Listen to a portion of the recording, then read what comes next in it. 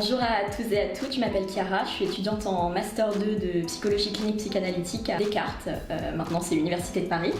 Et moi c'est Margot, je suis étudiante en Master 2 aussi, à Descartes aussi, au Master de psychologie clinique et psychopathologie intégrative. Aujourd'hui on a recueilli des questions de la part d'étudiants en licence en psychologie et on va y répondre, c'est au sujet de nos masters respectifs et à partir de nos expériences respectives. On sait que la sélection est difficile et on sait que vu la situation actuelle du Covid, c'est particulièrement compliqué. On imagine que ça peut être très compliqué, alors vraiment accrochez-vous. On vous envoie des messages d'encouragement, du soutien. Tenez bon, on sait que c'est pas facile. Déjà, la période Covid est hyper compliquée. La sélection en dehors de la période est déjà hyper difficile. Si jamais vous n'êtes pas pris en master cette année, suite à la sélection qui est, on le sait, très difficile, c'est pas grave, c'est pas la fin du monde. Vous pouvez retenter une autre année ou vous réorienter, faire autre chose. Pendant l'année qui suit, il y a plein de choses qui sont possibles. Vous pouvez faire un service civique, vous pouvez faire des DU, des stages, voilà, ou vous pouvez tenter dans d'autres masters dans lesquels on peut postuler avec la licence de psycho, comme en ressources humaines. Il y a les ressources humaines, il y a le master sciences de l'éducation aussi. Et puis vous pouvez aussi vous inscrire dans une licence pour pouvoir faire les conventions de stage, pour pouvoir faire des stages en lien avec le master qui vous intéresse, ou un DU, ou voilà, le service civique. Et puis ensuite retenter la sélection l'année suivante. Voilà, vous découragez pas si cette année c'est difficile. On imagine que ça peut être compliqué. Exactement. Donc en parlant de la sélection, on a eu une question sur Facebook sur la sélection. On nous a demandé voilà, quel profil on avait nous pour avoir été sélectionnés, qu'est-ce qu'il fallait favoriser, etc. par rapport aux candidatures. Donc nous, dans un premier temps, on voulait vous dire que c'est important de candidater partout. Dans plein de villes de France quand même. Tout à fait, oui. Le plus de candidatures vous envoyez, le mieux ce sera. Parce que la sélection est tellement difficile que voilà, il faut essayer de mettre toutes ses chances de son côté. Mais par contre, on voulait vous mettre l'accent sur le fait qu'il fallait peut-être éviter de candidater dans deux masters d'une même fac, notamment par exemple nos deux masters. Parce que nos deux masters sont des masters de psychologie clinique, mais c'est des orientations assez différentes et donc les professeurs ont accès à vos candidatures et donc ils peuvent se dire que c'est un manque de cohérence dans le projet, dans le profil. C'est pas forcément le cas, mais c'est parfois à prendre en compte, quoi. C'est important de présenter une candidature qui va avoir du sens, qui va être cohérente. Donc par exemple demander un master de neuropsychologie et de psychologie intégrative ou du développement, ça peut faire sens. Mais par contre un master de psychanalyse et un master de psychologie intégrative, comme nos deux masters, c'est moins cohérent. À partir de nos expériences, nous on déconseille, ça veut pas dire que c'est impossible. Moi je connais des personnes qui ont été prises en demandant les deux masters, mais c'est quand même déconseillé. Donc par rapport au dossier, nous on pense que quand même ce sont plutôt les notes de L3 qui comptent par rapport à L1, L2, et aussi les notes de mémoire et de rapport de stage. Parce que c'est important et il faut savoir aussi en dire quelque chose de vos sujets de recherche, de vos stages, ce qu'ils vous ont apporté, pourquoi ils vous ont guidé là ou ailleurs. Et donc ça fait écho aussi à ce que tu disais sur la cohérence du profil, où voilà, c'est important aussi d'avoir un stage qui est cohérent avec votre projet de master, donc peut-être un stage en clinique ou autre chose. Si possible, parce qu'après on sait aussi que c'est difficile d'obtenir des stages, surtout en licence. Donc ce que vous pouvez faire, c'est que si vous obtenez un stage qui n'est pas tout à fait en lien avec le master qui vous intéresse, l'important c'est de pouvoir penser en quoi ça vous apporte quelque chose dans votre projet professionnel. Donc pouvoir avoir une réflexion dans le rapport de stage et puis ensuite quand vous candidatez, sur en quoi ce stage qui n'a peut-être rien à voir avec le master que vous choisissez vous a orienté vers un master par exemple de clinique. L'important c'est de montrer que vous avez pensé l'expérience de stage en fait. Ouais, et que ça vous a guidé quelque part. Et aussi tout ce qui est les options à prendre qui peuvent aussi guider un peu vos choix. Vous pouvez peut-être les justifier si au contraire elles ne sont pas très cohérentes avec votre projet de master, ou au contraire dire qu'elles vous ont encouragé à aller vers cette voie-là de psychoclinique ou autre chose. Donc voilà, on pense que c'est important quand même d'avoir un profil cohérent avec les projets professionnels, les expériences professionnelles, enfin voilà. Autant au niveau des choix qu'au niveau par exemple du choix du mémoire en L3, choisissez si possible une spécialité qui est en lien avec le master que vous allez demander, avec un enseignant du master en question, parce que du coup vous allez pouvoir mettre ça en valeur ensuite dans le dossier et c'est vraiment précieux. Du coup, on voulait vous dire aussi que, alors, on est quand même favorisé quand on vient de la fac dans laquelle on postule. Et donc, moi, je suis un bon exemple parce que j'ai fait ma première année à l'université de Tours. Et en fait, j'ai repéré que les masters à Tours me plaisaient pas forcément. Et donc, j'ai changé d'université. En L2, je suis allée à Paris-Descartes et j'ai eu le master de Paris-Descartes. Bon, faut savoir que ça peut être une idée pour vous de changer de fac s'il y a des masters qui vous plaisent dans certaines facs parce que vous êtes favorisé à la sélection quand vous venez de cette fac-là. Et notamment, il y a des chances que ce soit plus facile en fait d'être transféré en cours de licence plutôt qu'en fait d'être sélectionné en master alors que vous venez d'une autre fac. Après, c'est pas impossible non plus. Moi, j'ai fait ma licence à Descartes et j'avais été prise à Aix-en-Provence aussi et j'avais été admise aux oraux à Lyon. Donc, c'est pas impossible non plus, mais c'est vrai qu'on est favorisé quand on vient de la fac. Complètement. C'est vraiment important quand on candidate dans différentes facultés d'aller s'informer sur ce que font les enseignants du master en question, les recherches qui sont faites dans le laboratoire de la faculté pour avoir un profil pareil, toujours en cohérence avec le master qui est demandé. Donc si vous candidatez à Descartes et que vous candidatez à Aix ou dans n'importe quelle autre université, les candidatures doivent être différentes. Il faut que la lettre de motivation soit différente, le projet de recherche soit différent. Il faut aller s'informer en fait sur les cours qu'il y a dans le master en question et puis que ça fasse sens avec votre projet professionnel et puis vos intérêts à vous. On ne peut pas proposer, enfin évidemment c'est pas possible de faire une seule candidature et de l'envoyer à toutes les facultés. Ça risque de pas super bien fonctionner. C'est important d'aller s'informer. Voilà. Absolument adapter son propos à chaque fac et donc faire des recherches du coup sur ce que font les facs. Voire contacter les enseignants par mail. En général, vous trouvez leur mail et c'est possible de les contacter. Après, ils vous répondront peut-être pas, mais c'est intéressant d'aller en tout cas faire l'effort de s'informer. Alors, on a reçu plusieurs questions qui en fait se rejoignent, donc je vais en lire quelques-unes, mais toutes se rejoignent autour de notamment les cours qui sont proposés dans nos deux masters à nous, et puis comment ça s'articule avec les stages, les heures de stage. Il y avait une étudiante qui nous demandait, alors spécifiquement pour mon master de psychanalyse, comment s'organiser la question des parcours et puis le stage, donc on va en parler. Voilà, il me semble que c'était tout, les cours et les stages. Comme on vous l'a dit, nos deux masters sont des masters cliniques, mais ils ne se réfèrent pas au même référentiel théorique en fait. Mais donc ce qu'on voulait vous dire aujourd'hui, c'était que même si on n'a pas du tout le même référentiel, on fait tous de la psychologie clinique et c'est important de se sentir libre par rapport à ce qu'on apprend, de pouvoir choisir aussi ce dont on saisit pour nos pratiques futures. Et c'est pas parce que on fait pas les mêmes choses qu'on peut pas travailler ensemble et tout ça, vous le verrez, bien au contraire.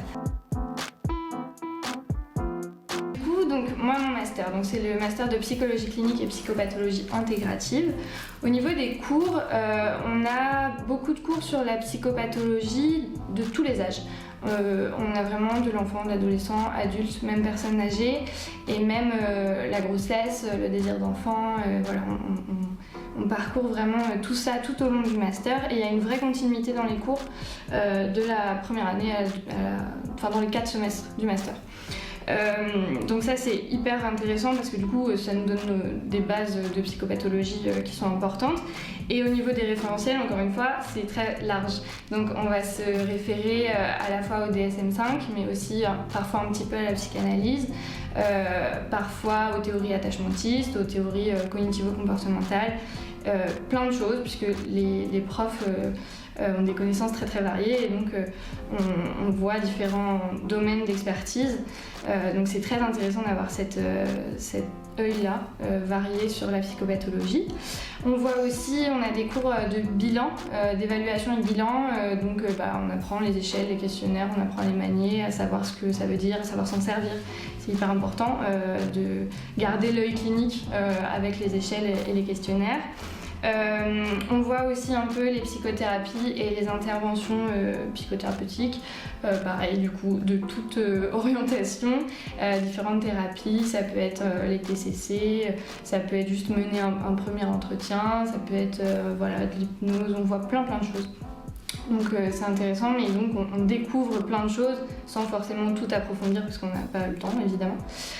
Faut savoir aussi qu'on a aussi des cours de statistiques. Contrairement au master de Chiara, on a des cours de statistiques parce qu'on fait des travaux de recherche qui demandent d'avoir des connaissances en statistique et de pouvoir faire des calculs statistiques, tout simplement. Vous utilisez des logiciels? Oui, tout à fait. Ouais, logiciel, on a changé, c'est le logiciel R.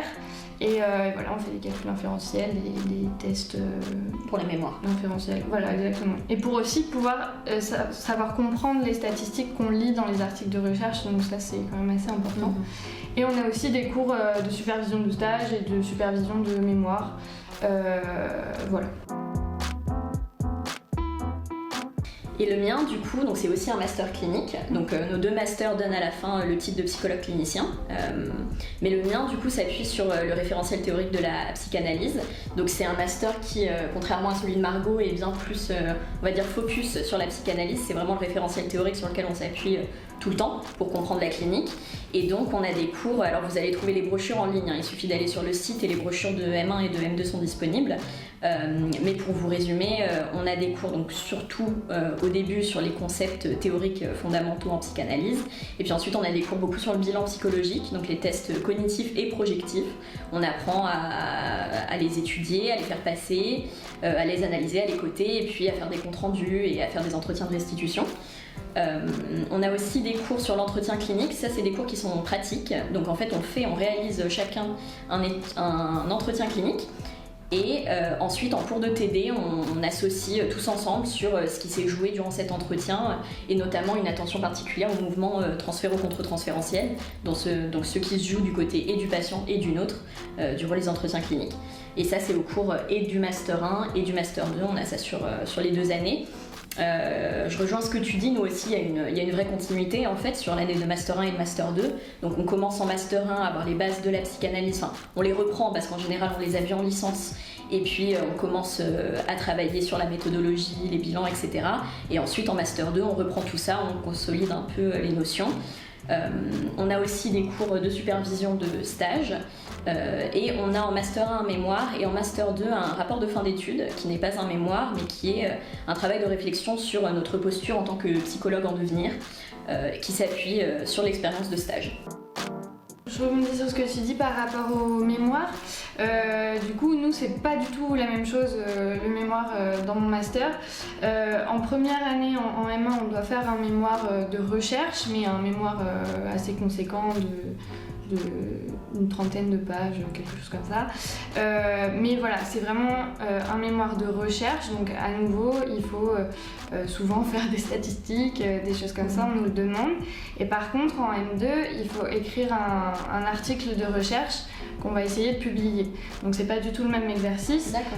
C'est plutôt du coup être synthétique et puis se référer aux règles d'écriture des articles de recherche, donc c'est assez intéressant, mais c'est autre chose. Et c'est souvent du quantitatif aussi, il faut quand même faire des statistiques. Alors que nous, les mémoires, donc en Master 1, c'est aussi un mémoire de recherche, mais la recherche s'appuie moins sur des données quantitatives. Donc nous, par exemple, on fait pas de statistiques. Après, on peut en faire, simplement, c'est pas demandé. Et en fait, c'est surtout une analyse qualitative. Donc par exemple, on peut faire tout notre mémoire, donc c'est un mémoire d'une 50aine de pages en Master 1, sur l'étude d'un cas. Moi, par exemple, en Master 1, j'avais travaillé à partir d'épreuves projectives sur le cas d'un seul patient. Voilà, sans faire de statistiques, c'était une analyse qualitative des épreuves projectives en fait. Donc voilà, mais n'empêche que ça reste aussi de la recherche, c'est juste de la recherche qu'on fait autrement. Après, c'est à chacun de voir un peu sa sensibilité aux outils. Certains sont beaucoup plus à l'aise à l'idée de faire des stats et puis d'avoir des échelles. et d'autres préfèrent le qualitatif. Et voilà, c'est à chacun de voir comment on souhaite faire de la recherche en fonction de ses affinités avec les outils théoriques en fait. Complètement. Alors, comme dit Cara, ça peut être mixte aussi dans le master PCPI, où on peut faire aussi des entretiens cliniques et faire passer des échelles. Voilà, les deux peuvent se nourrir de toute manière. Et donc, ça n'est pas forcément que des statistiques, mais c'est quand même valorisé. Une partie des questions qui nous avaient été posées portaient sur les stages qu'on doit faire en master parce que donc selon la loi, pour obtenir le titre de psychologue clinicien, il faut une licence en psychologie, un master en psychologie et puis 500 heures de stage sur le master. Ensuite, en fonction des masters, on peut avoir des demandes particulières. Donc, par exemple, nous, en master de clinique psychanalytique, on a 300 heures de stage à faire en licence et 500 à faire pardon, pas en licence. On a 300 heures de stage à faire en Master 1 et puis 500 à faire en Master 2. Donc en fait, c'est 800 sur la totalité du Master. Ça représente un temps non négligeable de nos études. Mais c'est vrai qu'il y a un vrai accent en fait, qui est mis sur la pratique clinique et le stage, c'est extrêmement important. En licence, on avait aussi la possibilité de faire des stages. C'est vraiment recommandé de pouvoir en faire un en 3e année de licence. Notamment pour pouvoir ensuite accéder à des masters. Maintenant, la vraie expérience clinique, à mon sens, elle commence vraiment en master avec une certaine indépendance aussi dans les expériences de stage. Et c'est important du coup qu'une partie du stage de master soit réalisée en psychiatrie. Donc pas nécessairement en intra-hospitalier, hein, ça peut être dans des CMP, des CATTP ou des hôpitaux de jour. Mais c'est important qu'une partie soit réalisée en psychiatrie et nous on recommande vraiment dans mon master la psychiatrie adulte. Après moi par exemple mon stage est en pédopsychiatrie et c'est pas gênant, mais c'est important qu'une partie de ces 500 heures et 800 heures pour nous du coup soit réalisée en psychiatrie. Dans la question que nous posait l'étudiante, il y avait l'idée de savoir si certains jours étaient dédiés au stage durant le master. Alors pas dans mon master, on a quelques cours obligatoires et puis ensuite c'est nous qui organisons notre emploi du temps en fonction de nos disponibilités. Donc le stage s'organise avec le tuteur et puis on essaye de discuter de nos disponibilités et des jours où vraiment on doit être à la faculté et où on ne pourra pas être en stage, mais c'est vraiment organisé de notre côté. Alors que pour mon master de psychopathologie intégrative, c'est pas la même chose. Alors on ne nous demande pas autant d'heures de stage obligatoires. Nous c'est 500 heures, 250 heures en M1 et 250 heures en M2, dont un des deux est demandé en psychiatrie aussi parce que c'est important pour apprendre la psychoclinique et la psychopathologie, quel que soit le référentiel théorique. Et donc moi par contre on a des jours dédiés dans la semaine, donc en M1 c'est le lundi et le mardi qui sont dédiés au stage il me semble, et en fait les cours sont regroupés du mercredi au vendredi, et au M2 c'est le lundi et le mardi on a cours et le stage, les jours dédiés au stage sont du mercredi au vendredi. Donc du coup ce ne sont pas les mêmes capacités d'organisation qui sont demandées. Voilà, c'est différent. Nous on n'a que des jours, donc des fois ça peut poser problème sur le lieu de stage. Faut s'arranger quoi. Faut vraiment s'organiser. Faut être un peu flexible et autonome. Ouais. Sachant que du coup les 500 heures de stage en Master 2, nous on peut les faire sur maximum de stages. Alors souvent vous trouverez pas de lieu qui vous acceptera pour 500 heures parce qu'il va falloir vous rémunérer au-delà de 308, et donc c'est possible de faire un stage en deux parties. Donc moi par exemple je suis en stage et dans un service de pédopsychiatrie et à l'éducation nationale, donc voilà, c'est aussi intéressant de pouvoir en Master 2 découvrir deux lieux. Ça a aussi une richesse en soi, voilà, je trouve. Complètement. Et pour vous illustrer du coup cette complémentarité dont on vous parlait, nous sommes dans le même lieu de stage, on n'a pas du tout les mêmes orientations théoriques, pas les mêmes connaissances, on n'a pas les mêmes masters et pourtant on travaille ensemble. Oui. Et ça ne nous empêche pas de travailler ensemble. Au contraire, c'est très enrichissant et c'est important de pouvoir travailler ensemble de cette manière. Voilà. Moi, je trouve très intéressant, on a en stage l'opportunité de travailler sur des bilans psychologiques, surtout projectifs, et à ce moment-là on peut échanger sur nos connaissances à nous, et puis il y a aussi des neuropsys, et c'est très intéressant de voir que des approches différentes sont complémentaires, et voilà, on n'est pas obligé d'être clivé et puis dans l'attaque des autres. Ça peut aussi être intéressant de travailler ensemble. Je suis étudiant, en ce moment je flippe un peu, je vois cette vidéo et j'apprends qu'en fait, pour ne pas nous payer, on va faire peut-être je vais devoir faire 2 stages au lieu d'1. Et déjà j'ai vachement galéré pour trouver mon premier stage.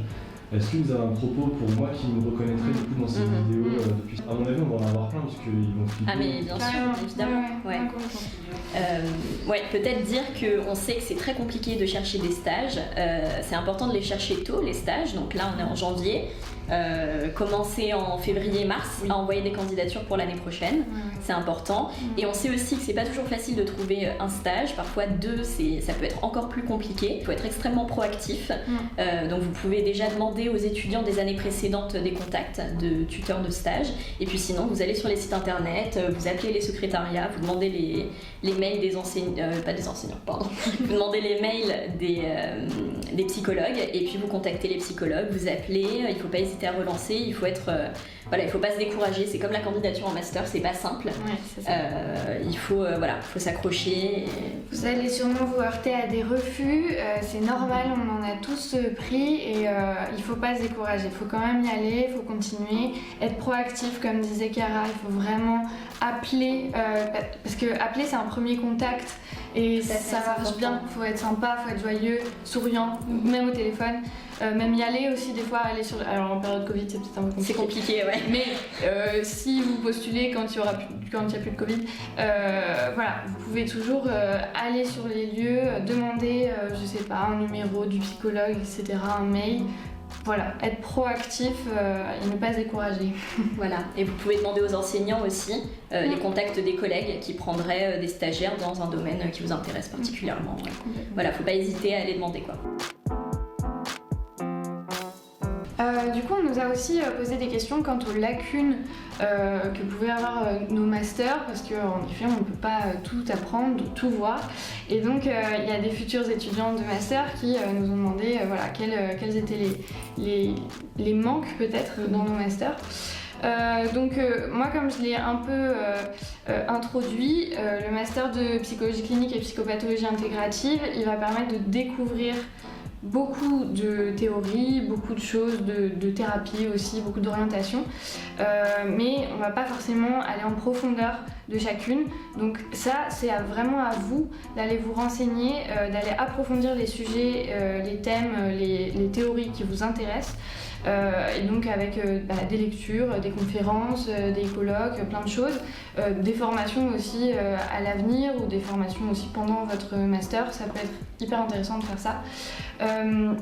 Donc voilà, on vous conseille quand même d'être assez autonome dans vos apprentissages et surtout voilà, dans mon master, c'est important d'aller découvrir par soi-même aussi pour approfondir ce qui nous plaît, pour après l'appliquer dans notre pratique. Voilà pour mon master. Je te rejoins moi sur la question de l'autonomie. Il me semble que c'est très important d'être autonome en master, bien plus qu'en licence. Déjà parce que même au niveau des examens, en fait, on va vous demander de réfléchir à des questions cliniques, pas simplement de recracher des contenus que vous auriez appris comme c'est souvent le cas en licence.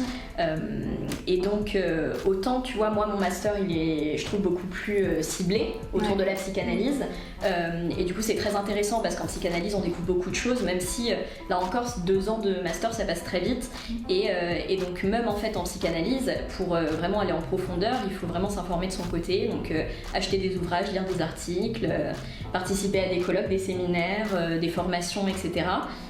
C'est important d'être autonome. Et puis quand on choisit un master de psychanalyse, on a évidemment des cours qui sont tout le temps ancrés autour de la question de la psychanalyse, et si on a envie d'être un peu curieux et de découvrir d'autres choses à côté, c'est important de pouvoir le faire en autonomie. Moi par exemple j'avais fait une formation d'initiation à l'EMDR pour voir un peu en quoi ça consistait, parce que dans un master de psychanalyse on va pas vous parler de MDR. Voilà. Moi j'aimerais pointer le fait que dans mon master, mais je pense que c'est une question qui est plus générale en fait, et qui n'est pas forcément spécifique au master de psychanalyse. Non, c'est pas je pense que c'est national en fait. Moi je trouve que les questions d'identité du genre et la possibilité de penser le genre sont pas du tout mises en avant. Donc j'entends bien que 2 ans c'est rapide et qu'on peut pas tout voir, qu'on peut pas être expert en tout, mais n'empêche que les questions d'identité et de genre sont importantes et ça me semble assez nécessaire que tout professionnel en fait diplômé aujourd'hui psychologue ait quelques notions de base sur ce que c'est qu'être une personne cisgenre, ce que c'est qu'être une personne transgenre, ce qu'est la non-binarité, l'importance de demander aux patients leurs pronoms, les accords qu'ils utilisent, de pouvoir respecter ça. Et ça, c'est des questions qui sont pas mises en avant dans la formation de psychologue. À mon sens, c'est quand même important. Oui, donc, voilà. Donc ça, à nouveau, c'est à vous d'aller vous renseigner. Si malheureusement d'ici là, ça n'a pas changé, c'est à vous de vous informer sur tout ça pour éviter de mégenrer, voilà, de faire des erreurs par rapport à ça dans votre pratique clinique. Et aussi, c'est important d'avoir des connaissances là-dessus. Ça fait partie de la clinique qu'on peut rencontrer. Aussi. Complètement. Tout à fait. Donc c'est très important. Une étudiante nous avait aussi demandé comment est-ce qu'on est accompagné à la découverte du monde du travail. Bon, pour l'instant, on est en janvier. Et donc, moi, j'avoue qu'on n'est pas vraiment accompagné à la découverte du monde du travail pour l'instant. Après, je sais qu'au 2e semestre, on a un cours sur la réglementation et puis le travail du psychologue. Donc, c'est possible qu'à ce moment-là, on soit un peu plus accompagné. Mais j'avoue que là, pour l'instant, il n'y a pas grand-chose. J'ai envie de dire que là aussi, comme pour les stages, comme pour le master, il faut être autonome, il faut être proactif. Après, voilà, notre préparation au monde du travail, elle se fait beaucoup en stage. Tout à fait, voilà, dans le travail avec les équipes, on va voir comment, la place du psychologue au sein d'une équipe, au sein d'une institution et tout ça. Donc ça, c'est très très intéressant.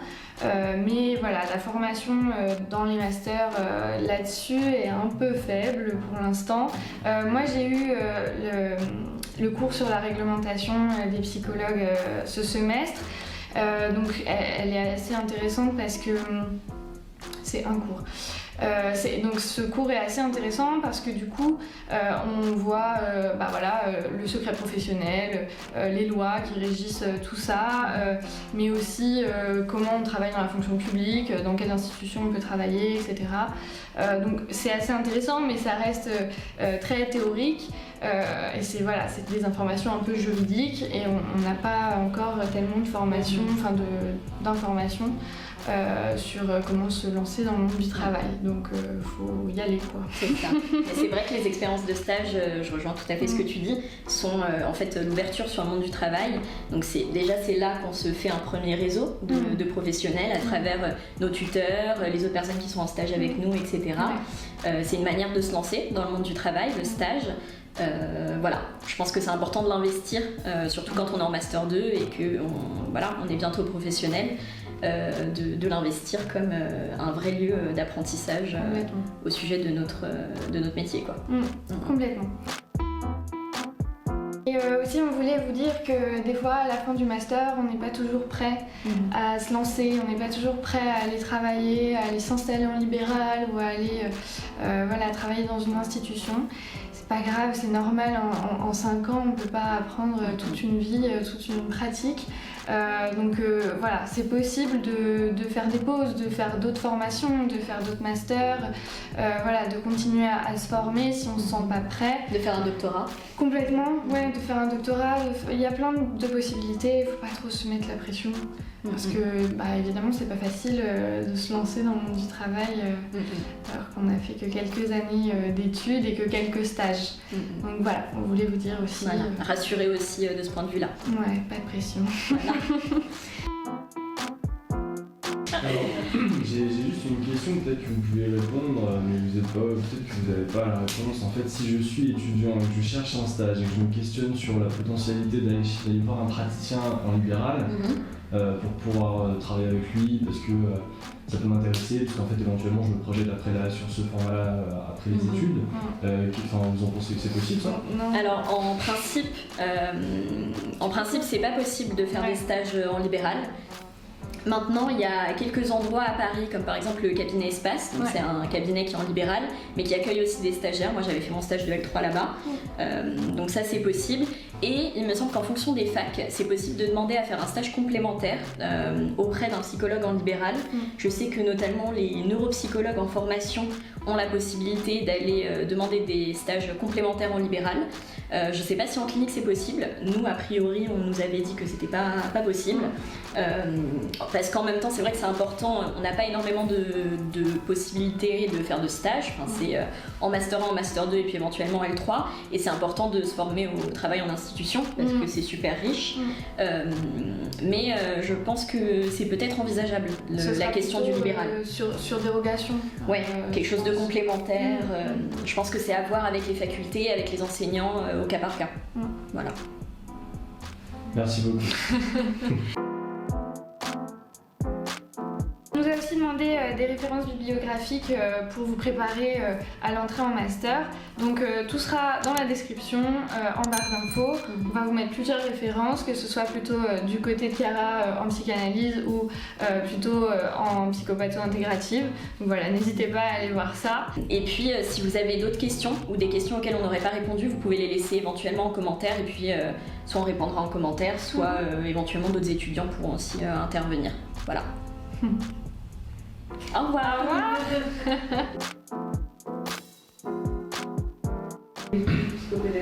Ouais.